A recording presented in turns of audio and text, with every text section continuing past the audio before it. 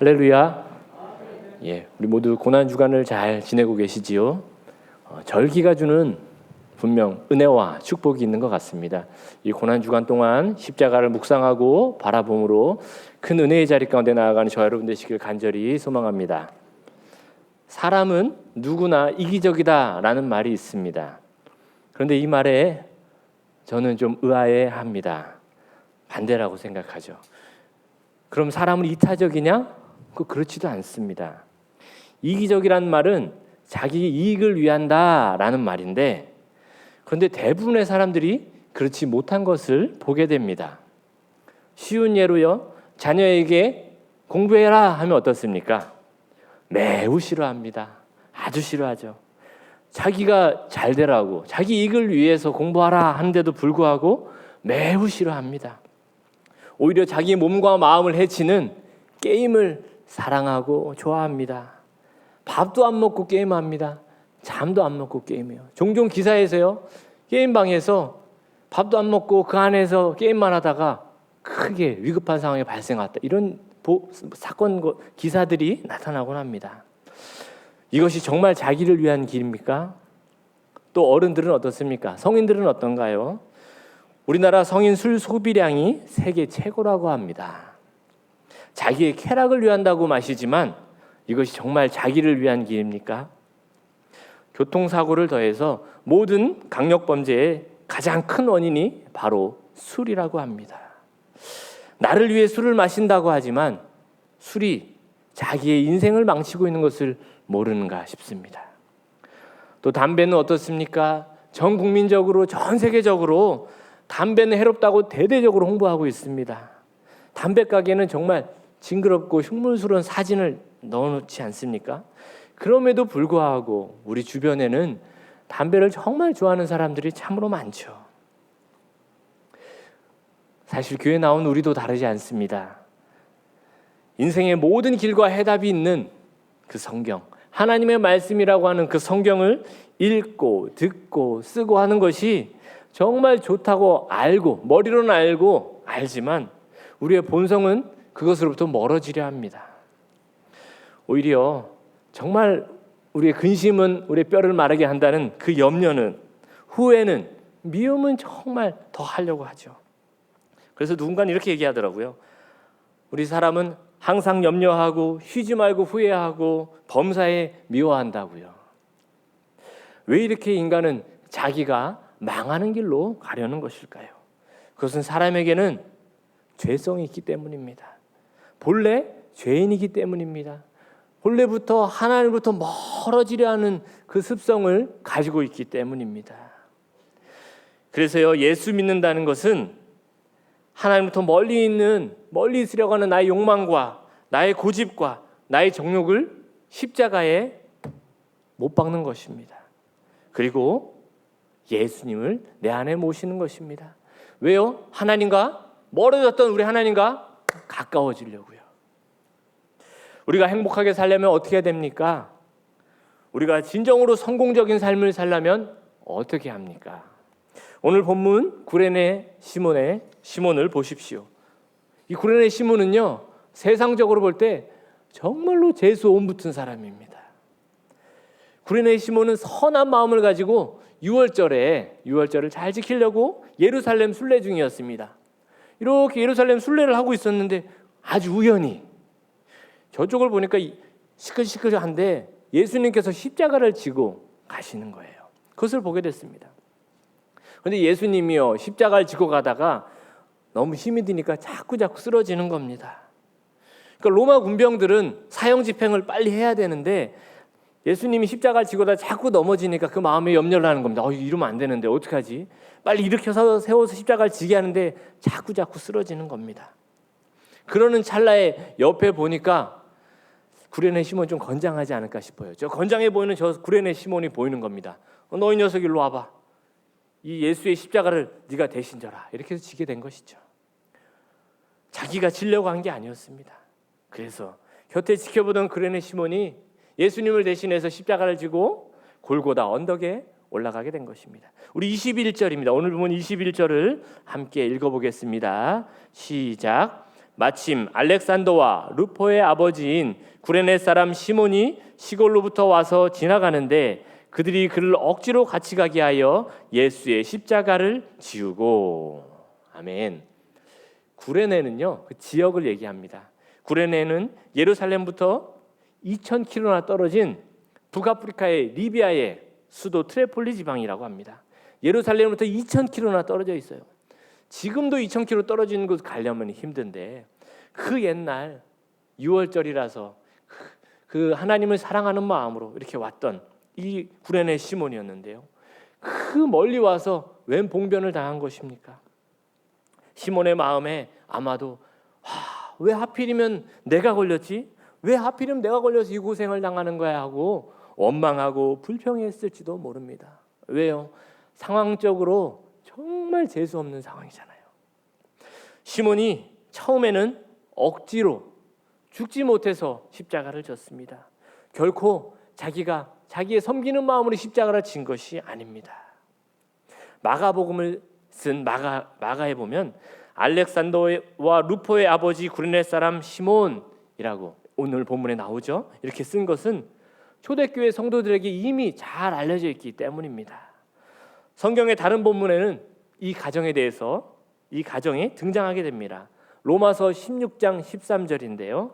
로마서 16장 13절 제가 한번 읽겠습니다.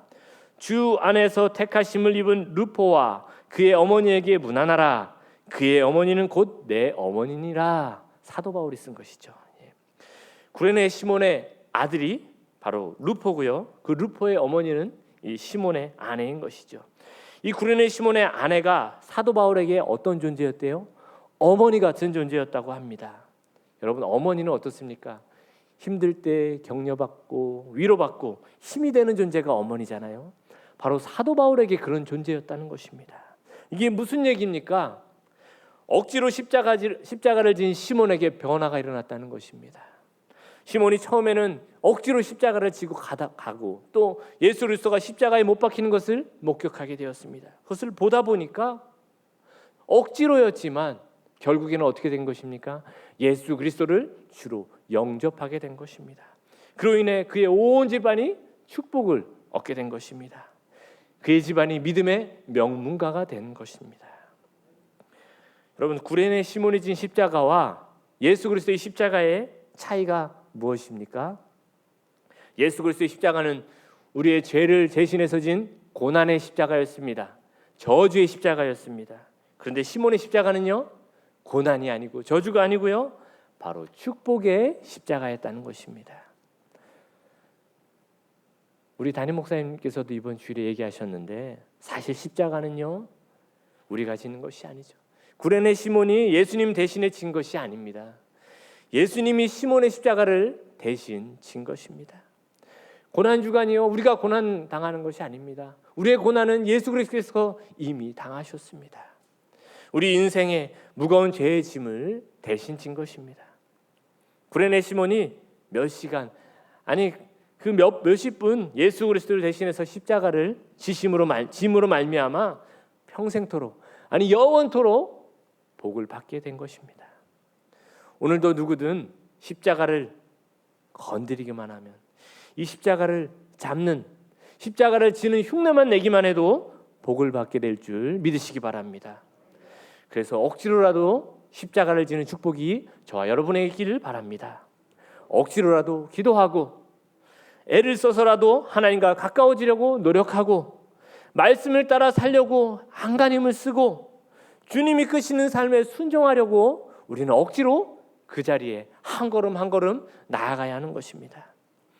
그러할 때 어느 날 그로 인해서 예수님을 깊이 만나고 예수님과 동행하고 예수님과 함께하는 그 복된 삶을 누리게 될 줄 믿으시기 바랍니다. 우리는 지금까지 나를 위해 산다고 했지만 돌이켜보면 다 나를 해치는 것이 많았습니다. 그런데 주님을 위해 십자가를 졌는데 알고 보니 다 나를 위해서, 나를 위한 십자가였다는 것을 보게 됩니다. 그래서 할렐루야인 것입니다. 그래서 이제부터 나를 위해 살겠다는 마음을 이제 내려놓으시기 바랍니다.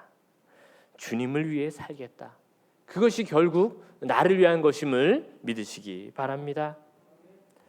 그런데요, 이 십자가의 비밀을 잘 모르는 사람이 자기의 십자가를 지는 것이 그 고난의 십자가다라고 생각합니다. 그래서 인상을 쓰고 힘들어하는 것이죠. 그런데 그렇게 할 때 아무 유익이 없는 것입니다. 찬송가 458장입니다.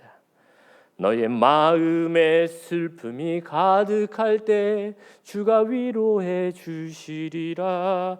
아침 해같이 빛나는 마음으로 무엇을요? 너 십자가 지고 가라. 참 기쁜 마음으로 무엇을요? 십자가 지고 가라. 내가 기쁘게 십자가 지고 가면 슬픈 마음이 위로받네.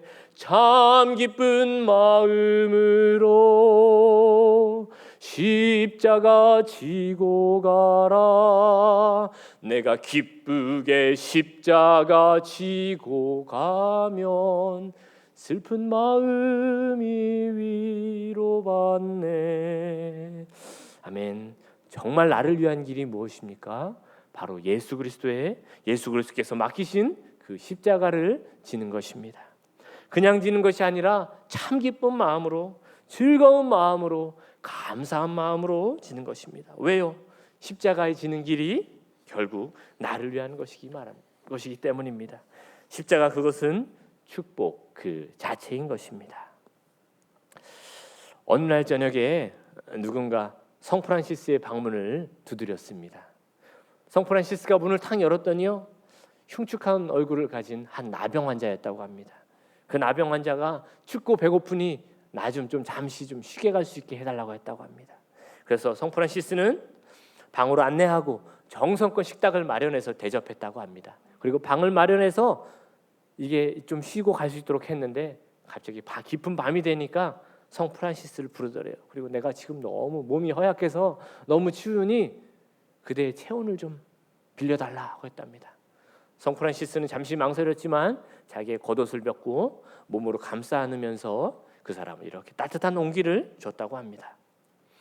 그리고 깊은 밤이 되었는데 이튿날 새벽에 프란시스가 눈을 잠시 딱 떴는데 방에 아무도 없었다고 합니다. 그때 이 성프란시스가 깨닫게 됐다고 합니다. 무엇을 깨달았냐? 예수님께서 나병 환자의 모습을 보고 나를 깨닫게 하셨구나 하면서 뜨거운 감사의 기도를 올렸다고 합니다. 그것이 그 유명한 성프란시스의 평화의 기도입니다. 제가 한번 읊어보겠습니다. 잘 들어주시기 바랍니다. 주여, 나를 평화의 도구로 써주소서.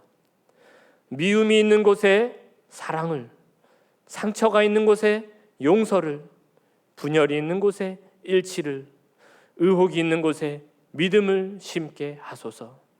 주여, 나를 평화의 도구로 써주소서.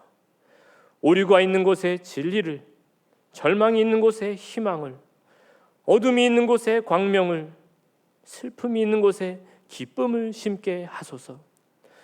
위로받기보다 위로하며, 이해받기보다는 이해하며, 사랑받기보다는 사랑하며, 자기를 온전히 줌으로써 영생을 얻기 때문이니 주여, 나를 평화의 도구로 써주소서. 오늘 하루 평화의 왕이신 예수 그리스도의 십자가를 기쁜 마음으로 짊으로 말미암아 하나님과 함께하는 참된 축복을 누리는 저와 여러분 되시기를 간절히 축복합니다. 저도 기도하시겠습니다.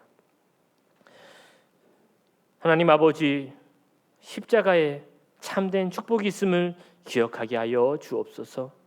오늘 하루 예수 그리스도의 십자가를 기쁨으로, 감사함으로 짊어질 수 있는 저희가 되게 하여 주옵소서. 고난주간 더욱더 주님 주신 그 십자가를 묵상하며 주님과 동행하며 함께하는 귀한 한 날 되게 도와주옵소서. 감사드리며 예수 그리스도의 이름으로 기도드립니다. 아멘.